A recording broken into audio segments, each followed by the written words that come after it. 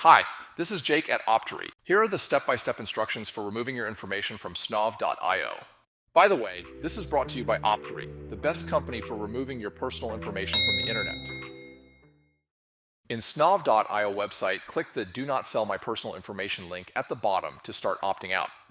Complete the form with your info, check the box for the action you want, solve the CAPTCHA, and click Submit.